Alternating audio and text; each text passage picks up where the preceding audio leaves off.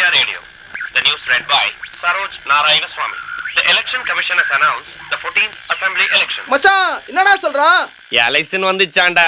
தோரணம் கட்டே போஸ்டர் தட்டே ஐயா பாரு அம்மா பாரு கும்பிடு பொண்ணே கொடியே எங்கே ஜெயிக்க போறோம் கோட்டை